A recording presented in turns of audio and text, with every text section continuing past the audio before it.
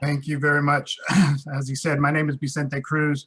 I am the Oakland Greens event fundraising coordinator. But for sports education, I have been a youth sports educator from preschool all the way through middle school for 20 plus some odd years.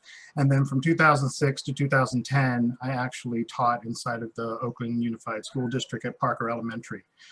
So I'm going to give you a fun tale that for legal reasons I will revise, that everyone has loved, and then we will talk about some actual facts of what the benefits of having a real well-rounded physical education class and play at schools, actually not just from my experience preschool through middle school, but also up into high school, and then actually talk about an actual plan over how you could reinvent and have a new system within Oakland Unified School District, specifically around aquatics. So when I taught at Parker Elementary School, even in elementary school, we didn't keep score or anything like that, but I still looked for the best players. And I thought about this today, and I'm not sure if I did it on purpose or how it ever happened, but either way, the best players for my girls all were from 3 different neighborhoods that fought all the time. It was a lot of problems of violence, not just between them and the school, but also from their families out back in the neighborhoods of which they lived. So I put on my 1968 John Carlos hat and went to all these girls and had a meeting inside of my classroom and just begged them and pleaded if they could just stop. All I needed is 6 weeks. That's all I need, 6 weeks. And we can go and do something really incredible and make a team that even though we don't keep score. And I say that if anyone has any kids that are in sports, you'll know that even, and I would say still most, well, if nothing else, no quality sports program with any salt would ever keep score in elementary school.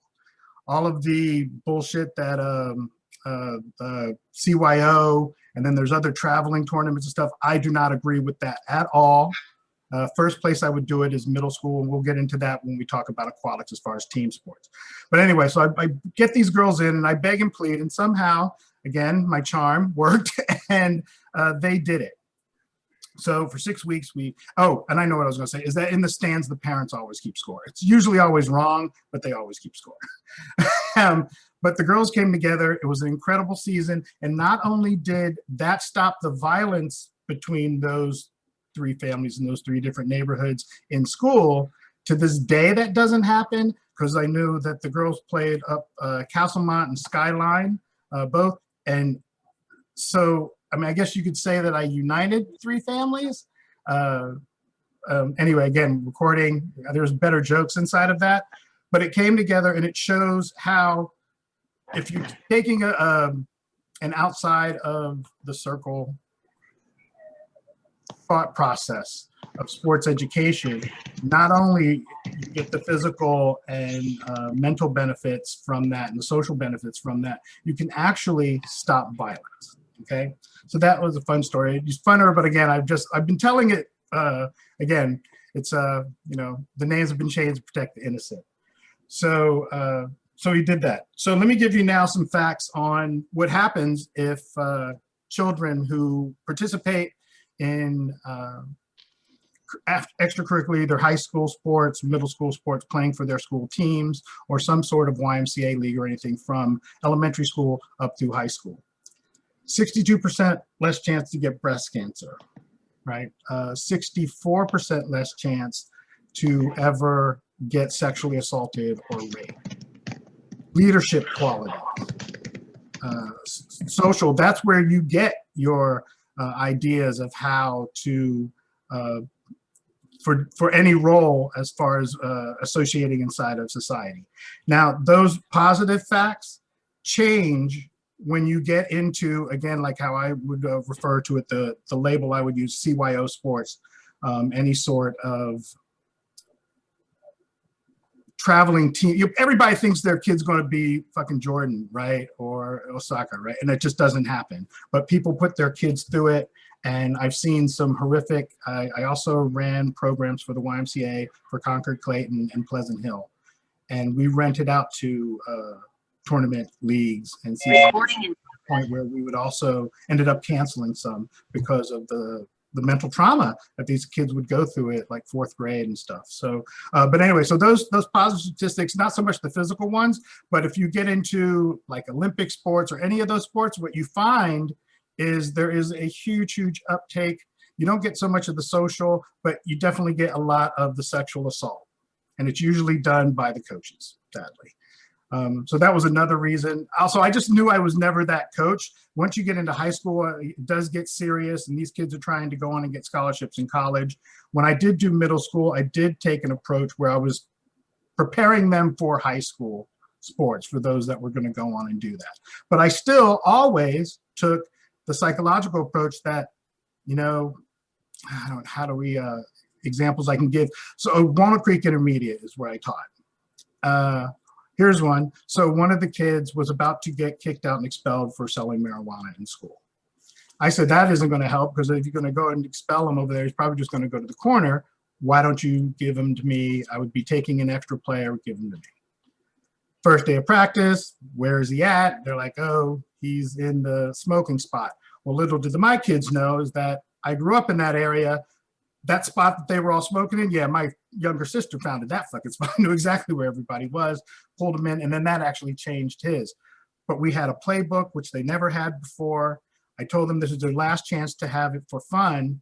And what you have to realize, and I was very honest with them about some of the facts I gave you about sexual assault, how good it can be for physical, girls teams and boys teams, how good it is too. And then that translates into those young men going on and not ever thinking, or even better, when they are going to be, and they will go to college and be around someone else who's trying to commit something that is unsavory, they will be the ones to go and go, hey man, you're not doing that, not around me, right? You're not in my opinion.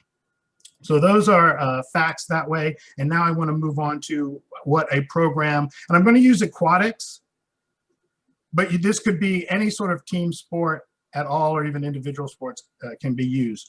So right now we're going to get, OUSD is going to get a bunch of money from the COVID relief. And along with health services, mental health services, and special ed services, a couple of people that I have been talking to, not just in this group, but just in general, talked about how we could use that infrastructure to create a better aquatics program in OUSD. I love swimming in the sense that it's a great off-season sport for almost anything. It works all your muscles, cardiovascular, physical, everything. Swimming's really, really good. I would never be a swimmer because a lot of those motherfuckers had to get up at 5 a.m. in the morning, and I'm not a morning person. That water's super, super cold. I remember that at YV. Not happening, not me. I was a little bit too lazy for that. But again, it's a great off-season sport. And if you really wanted to do it, the vision that I think that I have and us in the Open Greens when we talk about education systems, and I think when I talked with one person on the phone, like, why not just have heated pools, right? Make more people do it, like really invest as if, you know, although that does get into a whole energy things that I won't go into. But anyway, so you put that into it, and then not only having those team sports for aquatics, but then taking, again, what I labeled as the 1968 Olympics approach, that we're really using social justice as one big umbrella and using sports to focus on that. So some of that is being open and honest about like what happened at the Stanford swimmer, right? That happens all the time, toxic masculinity, patriarchy, and bringing that into sports. And how I did that when I ran my leagues, I didn't run aquatics, but I'm going to, again, put it into aquatics, is that all of your teams from elementary school, preschool, all the way up through middle school are always co-ed. You have different divisions based on ability, because I used to do this to like my kids, and this is in basketball. Someone who was too short, they were too small, and they'd be like, oh man, you know, I can't hit the shot. I can't, you know, they haven't grown into their body yet, but on a shorter scale. I would put them next to my son, who was the same age. Now my son now is 25. I mean, he's 6'4", really big guy. But he was 5'3" at 10. So you put him next to, I was like, they're the same age. I was like, you can't judge that, and trying to get them to critically think like, oh, it's not that I am less than, I just haven't gotten to that point yet. And maybe I just need to work a little harder till my body grows up, and it happens all the time.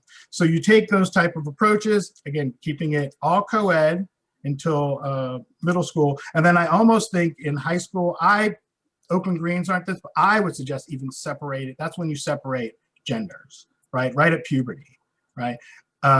Again, I taught at Walnut Creek Intermediate.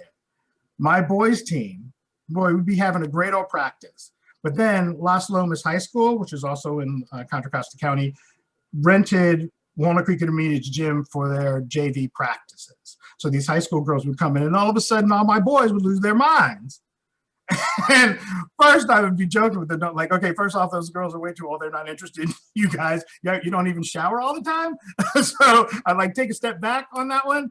But that is, again, like I said, at puberty is where I would separate, and that's what I did. Okay, when we are Vicente, discussing, sorry? I would like to interrupt a little bit just for moderation. Sure. We've got about 20 minutes left, 19 minutes exactly. Yep. And there's a couple questions have run up. We sent one to you on the chat. Oh, And yeah. I was going to ask you to leave some time for questions and discussion. Oh, always. So you've got about 18, it says you got 18 minutes left. So, and you can you see Matt's clock? I can. Okay. I can. Yeah. I rehearsed, not the first rodeo. And anyway, so again, so what we're talking about, and what I hope that people will question too, again, the label I use is the 1968 Juan Carlos approach, Smith, to sports education. Lost that. Totally lost my rhythm. But anyway, so you know what? I can totally take any sort of questions, and maybe it'll probably come up in the answers from the questions of anything else on track. I hope everyone did get that points of how we could lay out an actual athletics program. So, and I will stop there. What was the first question? Two questions in chat, one from Stacy and one from Caroline. Can you see the chat? Well, they can just ask. Just Okay, ask. go for it, Stacy.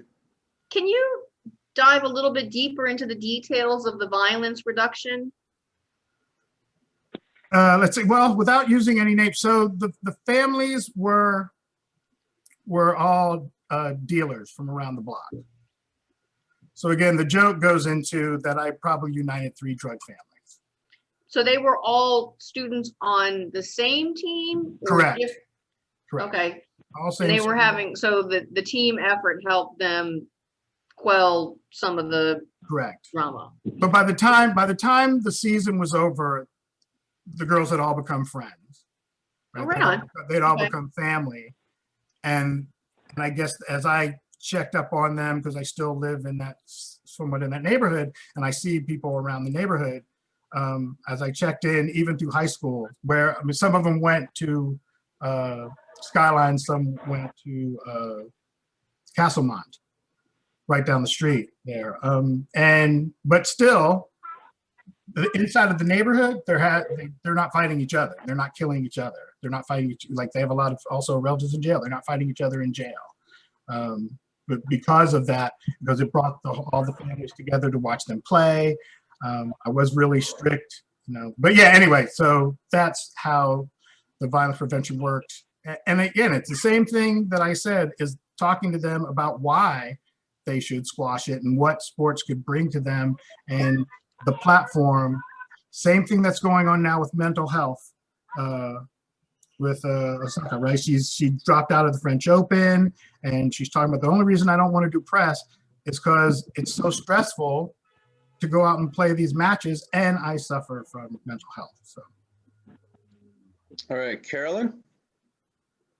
Yeah, I was gonna just bring up that mental health issue, so I think thank you for bringing that up. And I like the idea. I'm trying to, of having the co-ed teams. It does really disturb me that still, like, you walk past a field and you see like 100 boys playing and there's no girls out there. Baseball. I don't know. I just am saying, like, when I was in elementary school, I was like one of 3 girls on every team. So the boys could still outplay me in elementary school at basketball and baseball. And it was, but if it was maybe even more even, maybe it'd be better. But it was difficult, being just one of like 2 or 3 girls. So I'd like to I think having all girls teams can be really empowering for girls. And if we could just somehow have equity, either that or co-ed, would be awesome. Thank you for doing that. And I love swimming too. If there's I just think swimming is the best for everybody, soul and mind. Well, since Title IX, there has been such an increase in girls sports. And here's another way where, again, the label I use, how I put into practice. So I have raised 5 kids, none of them my own, 4 girls, boys. We all played sports.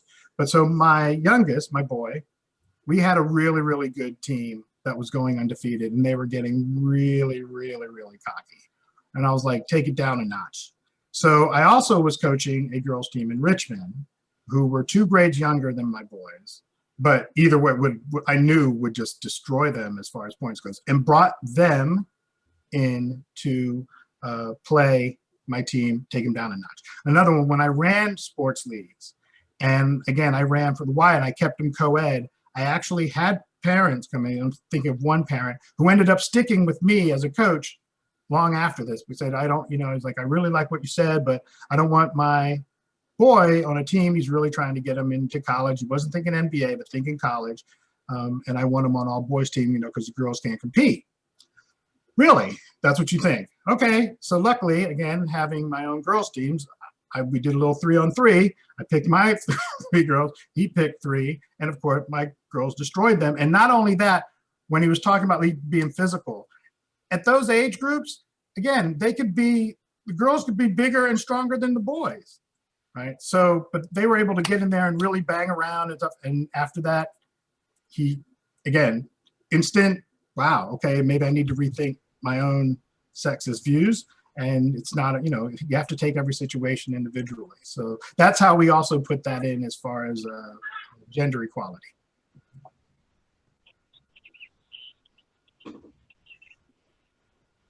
I see Pete. We have Bill, Peter, and then Stacy. Thank you. Bill? Hi. First, let me apologize. Something has been going on in the last week or so crazy with my laptop, and I don't know why I can't get my video working, but so it's not just that I'm trying to hide. But I think certainly at the elementary level, I am very much in agreement that there should be co-ed teams as much as possible. But I do think that at the high school level, with the exception of football, at least based on my experience at Castlemont, there was even where they were all male or female teams, there was a great raise my hand. Respect between the male and female athletes, and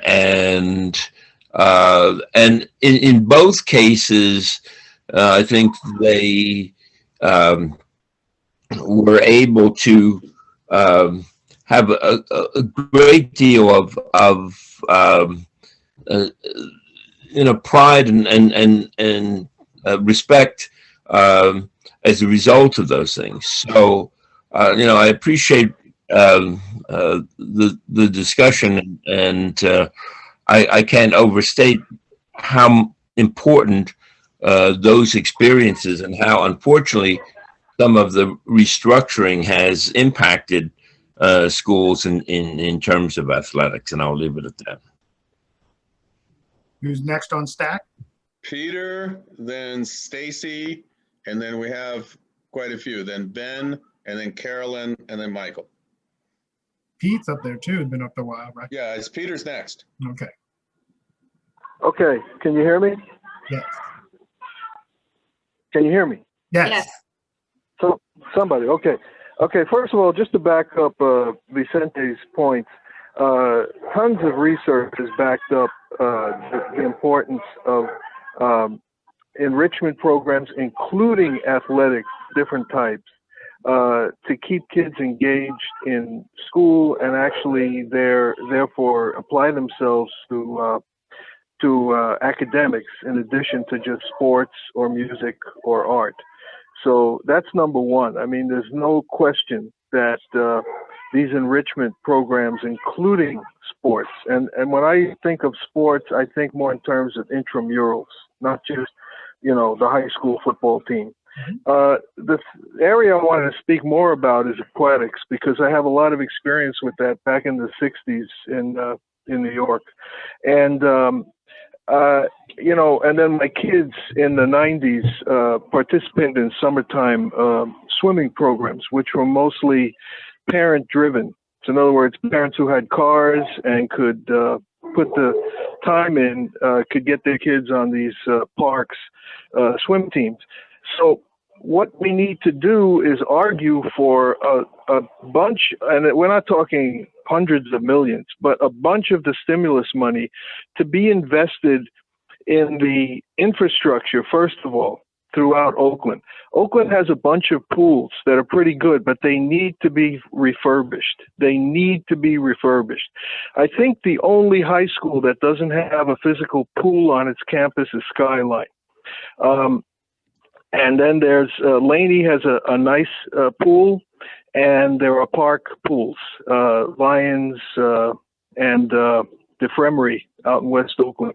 But we need to get money, and the school district needs to partner with a city and the community college district and whoever else to get license to use these pools. Now, minimum, we should be able to copy what they do in the suburbs where parents fund this stuff. It should be funded by stimulus money so that every kid is provided free transportation to get to a pool. And we get high school kids and train them for junior life saving and then senior life saving, and they become instructors. And the swim program shouldn't just be teams, it should be primarily developmental. In other words, first teaching kids to drown proof themselves and to swim, and then we can form intramural type teams and wherever else people want to go with it. But Oakland is perfect for at least a summertime program. And as Vicente said, it could be year round. You just have to have the money for it. And so I think we should be arguing, included in the bigger package of investing stimulus money in much better funded, free, accessible to everybody sports programs. We should be also emphasizing the importance of a good aquatics program. Okay. Now, I want everybody to know, I just posted the stack. We're kind of running, we got 5 people in 7 minutes. I may or may not chime in on this depending how the time goes. I would like to say something, but I want everybody else to go first. Stacy, you're next, and could we shoot for a minute or so? I just had a question for Vicente, because he mentioned the mitigation of sexual assault. And I was hoping you could just elaborate on that for maybe like 30 seconds. Or a minute. There's so much evidence that happens even in our professional athletes, which I can't stand. It always bugs me. But I feel and I can only go by my experience. When I taught at the Y, it started out, there was like maybe 40 adults in the league and maybe 75. By the time I left, I had thousands of kids. We were running tons and tons of different camps, all different leagues, different divisions as far as skill level and everything. So I can only go by that. And we always talked, especially starting in middle school, about the fact of what will happen once you get into college or even in high school, and what the current culture in sports are right now. So preparing kids for that, trying to switch what gender roles are, at least what it means, like to be a man or a woman, changing what that definition means. And luckily we're in the Bay Area to get that chance. So it seemed to have worked. When I left the Y to move on, the programs declined. The people would even say the only reason they were there is one, because we weren't trying to build NBA stars. So we didn't have that pressure. And two, because of the fact that I was open and honest about sexism and racism and homophobia Great. and all that. Rock on. Thank you. You're welcome. All right, Ben, you're up. Try to be concise. Can you hear me? Sure can. I guess I'm just trying to figure out what the agenda is. I've coached for 45 years, and I guess I was hoping we'd get to some racial issue and the inequities in Oakland and the fact that Black lives don't seem to matter. I ran a youth program at the Y, girls and boys co-ed, and treated them all the same. So I'm not about to downplay the value of sports. But we have some critical issues in Oakland, and I don't know if that's appropriate to talk about that. Our school board is racist, the inequities that exist in our high schools, the sports program, a lot of performing arts that would be valuable. We have a swimming pool at McClymonds they haven't used in 10 years. It's got dirt in it. Our curriculum at Mac, Castlemont, and Fremont are inadequate. Inequities exist. We're not teaching our children how to read. There's a correlation between reading scores and incarceration. And I just don't know what the hell we're going to do unless we start fighting for the kids in Oakland. Ben, I find that totally appropriate in the light of discussing sports, but would you like to lead one of our meetings and give us a update on inequities in our schools, like an update on the status of what's happening? Yes. Okay, so we'll talk about that when we plan our next meeting. But I really like the idea that McClymonds could be part of the stimulus package. So thank you, Ben. Yeah. So I think that that's part of this discussion, but I think it should just be the focus of one of our meetings, just in and of itself. And the next one would be totally fine. I don't think we even have one lined up for the next one, do we? So we'd like to invite you to present on that subject at the next meeting. I'd like to talk to the team. I always believe in inclusion, and there's no I in team. And I think more people we have working on some problems. I have some of the answers, but I'm sure a lot of you have experience and valuable input. But we need to deal with this racism in Oakland public schools. Okay, well, let's have that talk at the next meeting. And if you could lead that talk, and everybody just contribute as we can. I'm going to keep moving down the list. We have Caroline. Stacy covered it with the sexual assaults. I just think it'd be nice to integrate that into every sports program. It seems like that is a good place for it. If I can say too, that what I'm advocating is, again, it's all just one umbrella of social justice. So racism, sexism, smashing patriarchy, it doesn't mean a damn difference to me. It's all fucked up, and it's all under that umbrella, and that is the oppression. And then with the classism as the foundation to build upon. So everything that I'm talking about has to deal with that and focus on those issues. So racism, sexism, things like that. All right. We're going to try to get Michael and Matt through here. Michael, you're next.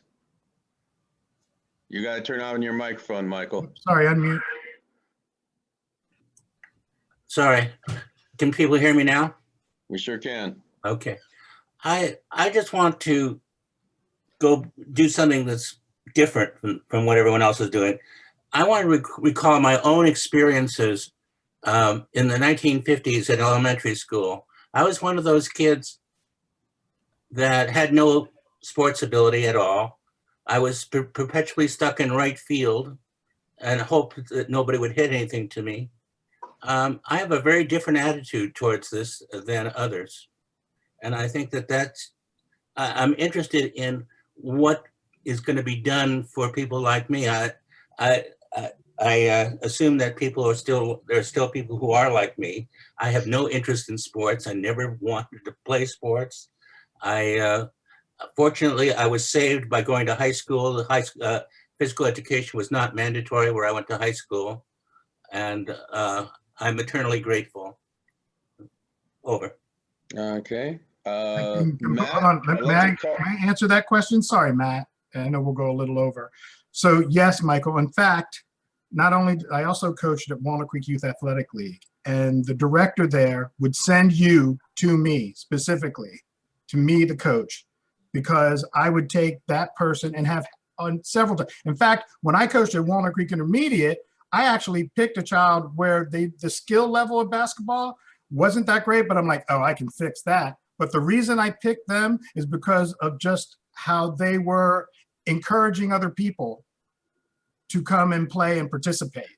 So yes, the same thing I'm talking about here in this presentation deals directly, because it's all one umbrella, deals directly with that issue. And I guarantee you, because I have over and over again, have had you on my teams, in my class, and within a few weeks, all of a sudden, you're the one out there going, come on, let's play. Yo, let's ball. I guarantee 100%. Never had anything go over. Sorry. Love that one. So good. All right, Matt, you want to get in there? And I'd like to also go over a little bit to say something myself. I can pass. No, go for it, Matt. All right, I was just going to ask Vicente, so as far as physical education stands right now in the public school system, if there was one thing we were going to push a candidate on to change or promise to do, what do you think that would be? Okay, being completely honest, I don't think that these candidates can be pushed for anything that isn't in their best interest. Anytime where Michael's our most progressive, like Ben said, the school board doesn't care about race, gender, or any of that shit. What I think we would have to do is actually push for people before profit candidates to get on the board and then relook at all the budget. They would have to renegotiate. I'd be renegotiating internet fees because of how many schools. I'd be doing so much to get money out of administration and put into the same thing that Ben's going to talk about: arts programs, sports programs, trade, home ec that not just teaches you how to cook, but teaches you how to do a bank account, do a job interview, right?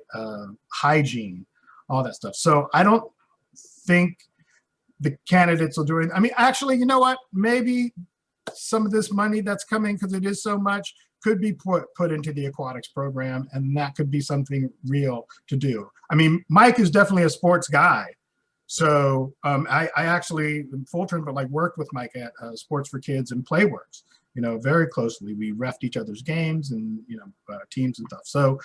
So Mike would be the one to go to. I don't know if anyone else would be really worth it. And also, full term, I don't know them that well, other than I did not think in the elect they were all that progressive. So Mike would be the best one, and I think that the aquatics is a good one. If not, you could do something smaller where it's, again, something that's not as expensive, either be track, soccer, basketball. Those are fairly, not expensive, not a lot of equipment needed. Yeah. So I'd like to call on myself to close. I have a simple, quick answer to Matt's question. We would ask anybody on the school board to professionally staff physical education. And I'm going to name names. I think the front thing we should kick out of there is Playworks. We do not need some private, nonprofit social entrepreneur with a bunch of non-union, untrained teenagers doing what it really takes a professional coach to do. And this is something I've talked with Vicente about. I saw this at Manzanita Seed. And when we stopped having a real coach, this is a primary school, the kids' time on the playground and their PE time wasn't really so much sports as PE. And a good playground coach had the kids playing together. They were acting fairly. They were getting the thing out of their system. They were doing things that encouraged each one to move their bodies more than they usually do, or better than they do. And we were also encouraging better nutrition and stuff like that.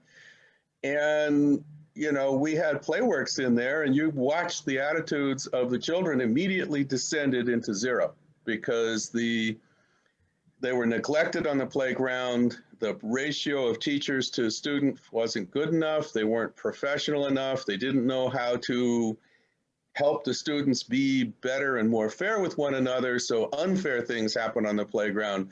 And the next thing you know, you see them in the library and they're upset about what happened in PE. instead of the other way around. PE should have been the time that, you get like second graders got to get their physicals out. And instead what was happening was they were coming back to class more frustrated than they left. So that would be where I'd leave it. Anybody else have any other comments? Actually, We're 4 Can minutes I over. close it on that? Because again, as a person who worked for Sports for Kids and Playworks, I left Playworks in 2010, unrenewed my contract because of the exact things that I was teaching. I would like to say though, when I started, and Mike too, Sports for Kids, the first question I was asked at the interview was, are you comfortable speaking about race and gender roles with elementary school kids, LGBTQ issues with elementary school kids? First question I was asked on my interview when it was Sports for Kids. When Playworks got the New Balance and Mattel and all of these corporate donations, all of a sudden they had these specific criteria that you had to fill to get that money. And they went national and was getting all these donations and had to fill all these quotas. And that is when, because also when I was hired, all of the people were all like they probably would have been professional sports if they didn't blow out their knee. They were all played in college. They had played through high school. Just incredible coaches. And again, they were also social justice warriors inside of that. So I think that ties into, once you start capitalism as a corrupter, right? They needed all this money. All of a sudden you get sucked into it, having all that money, and you have to fill all these things that had no interest in making good any sort of social things outside of the sports and play. Mm-hmm. And we're also now talking about the privatization of the school by little contracts, by little bits. We have privatized art, we have privatized sports, we have privatized other things, which probably should also be a whole subject for a whole meeting. There's much to discuss here.